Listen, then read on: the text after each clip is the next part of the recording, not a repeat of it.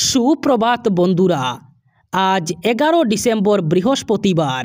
আজকের সকালের বিশেষ বিশেষ খবরগুলি হলো: এবার রেশন কার্ড না থাকা রাজ্যের জনসাধারণের জন্য সুখবর। রেশন কার্ড না থাকা হিতাধিকারীর তালিকা এবার প্রস্তুত করা হলো। রাজ্যের নতুন করে 5,04,000 মানুষ পাবেন রেশন কার্ড। যদি পরিবারের 2-3 জন সদস্যের নাম বাদ পড়ে থাকে তাহলে তাদের নামও রেশন কার্ডে উঠিয়ে নিতে পারবেন। রেশন কার্ড নিয়ে রাজ্যের লাখ লাখ মানুষদের এই সুখবর দিল সরকার। সরকার জানিয়েছে, বাদ পড়ে থাকা হিতাধিকারীর তালিকা ইতিমধ্যে প্রস্তুত করা হয়েছে। খুব শীঘ্রই রাজ্যে নতুন করে 5,04,000 লোক পাবেন রেশন কার্ড। সেই সাথে পরিবারের যে সকল সদস্যের নাম রেশন কার্ড থেকে বাদ পড়েছে তাদের নামও এবার রেশন কার্ডে উঠানো যাবে। গোটা রাজ্যের সঙ্গে তাল মিলিয়ে মঙ্গলবার পাতারকান্দি বিধানসভায়ও দেখা গেল এক উৎসবমুখর পরিবেশ। দীর্ঘ প্রতীক্ষার পর অবশেষে প্রধানমন্ত্রী আবাস যোজনার সরকারি গড়ের অনুমোদনপত্র হাতে পেয়ে উচ্ছ্বাসে ভরপুর হয়ে উঠলেন হাজারো হিতাধিকারী। পাতারকান্দির বিধায়ক তথা রাজ্যের মীন পশুপালন, ভেটেরিনারি এবং পূর্ত দপ্তরের মন্ত্রী কৃষ্ণেন্দু পাল এদিন সকালে সরকারি কর্মসূচি অনুযায়ী সরাসরি গৌহাটি থেকে ছুটে আসেন নিজ নির্বাচনীয় কেন্দ্রের বাজারিছড়ায়। সেখানে রামকৃষ্ণ সেবাশ্রমের প্রেক্ষাগৃহে আয়োজিত বিশাল অনুষ্ঠানে তিনি মুখ্য অতিথি হিসাবে উপস্থিত হয়ে এলাকার মানুষের সঙ্গে ভাগ করে নিলেন এই ঐতিহাসিক মুহূর্ত। অনুষ্ঠানে পাতারকান্দি ব্লকের 2,706 জন এবং লুয়ারপুয়া ব্লকের 1,490 জন অর্থাৎ মোট 4,226 জন হিতাধিকারীর হাতে আবাস যোজনার সরকারি গড়ের অনুমোদনপত্র তুলে দেন মন্ত্রী কৃষ্ণেন্দু পাল। হিতাধিকারীদের হাতে চিঠি তুলে দেওয়ার সময় প্রেক্ষাগৃহ জুড়ে বারবার করতালির ধ্বনি ধ্বনিত হয়।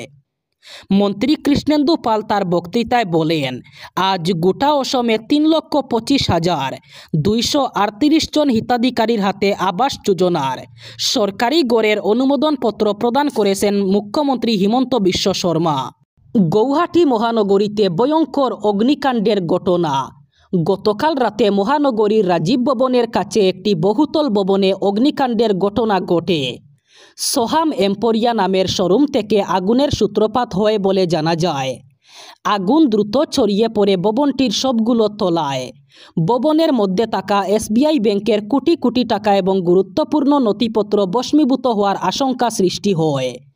ঘটনাস্থলে 15টি অগ্নি নির্বাপক গাড়ির সাহায্যে আগুন নিয়ন্ত্রণে আনা হয়। তবে SBI কর্তৃপক্ষ জানিয়েছে, গ্রাহকদের কোনো তথ্য নষ্ট হয়নি। তথ্য ডিজিটালভাবে সংরক্ষিত থাকার কারণে গ্রাহকদের সমস্ত তথ্য নিরাপদ আছে বলে দাবি করা হয়েছে।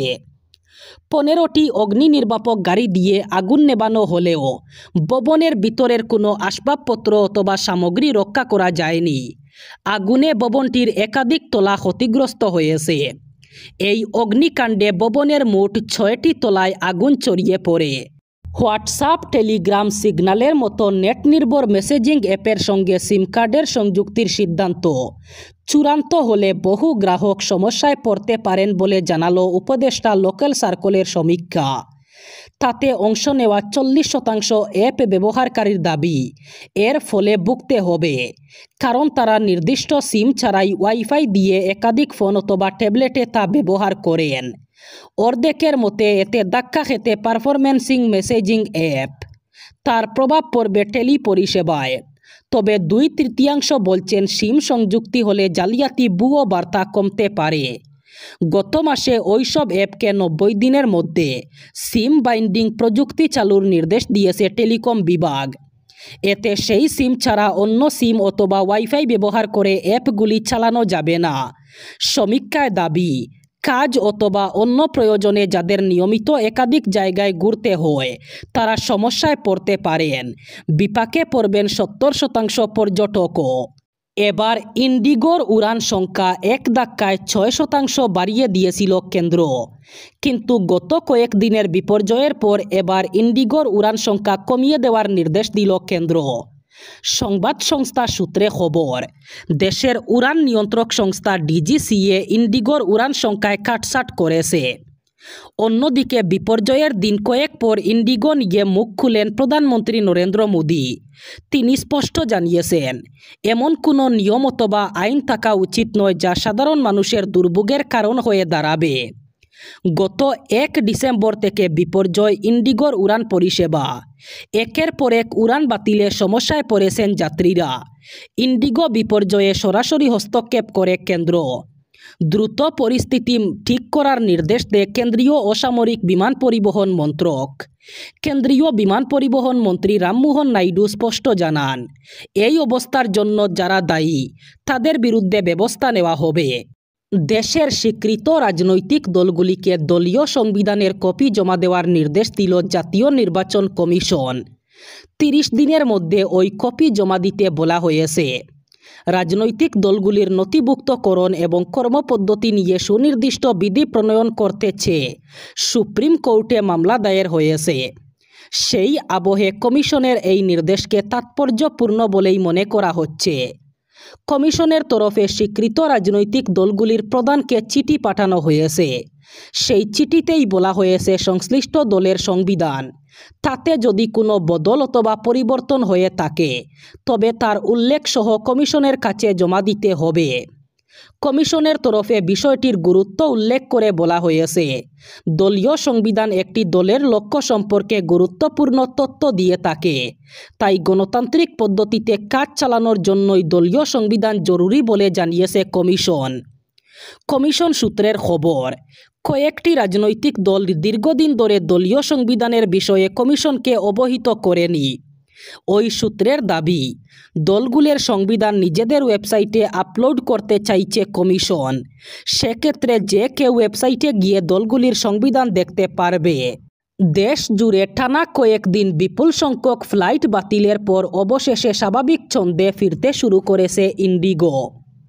এক বিবৃতিতে সংস্থার সিইও পিটার আলবার্টস জানান, অপারেশন এখন স্থিতিশীল এবং পরিষেবা ধীরে ধীরে আগের গতিতে ফিরে আসছে।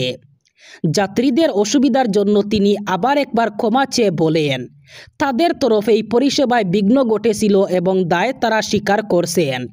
কিন্তু এখন ইন্ডিগো আবার ঘুরে দাঁড়িয়েছে। আপনাদের ধৈর্য এবং আস্থার জন্য ধন্যবাদ। আলবার্টস জানান, 5 ডিসেম্বর মাত্র 700টি ফ্লাইট পরিচালনা করতে পেরেছিল ইন্ডিগো। তবে পরের দিন থেকেই সংখ্যা বাড়তে শুরু করে।